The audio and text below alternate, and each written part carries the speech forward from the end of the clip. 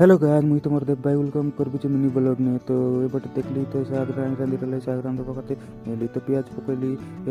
सबू जला पर मसला सामान पकई किना टमाट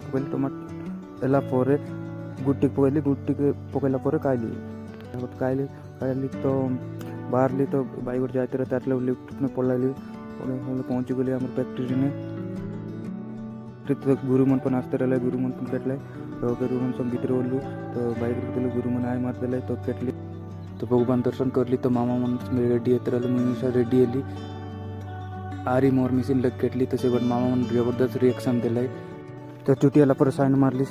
कि बाहरली मौसा संगे बाहरली तो मुई चाली आसते रही तो बाटे आई त्यार पास सोमीर बायना आसते रहे सोमीर बायना संगे घर पड़े आईली।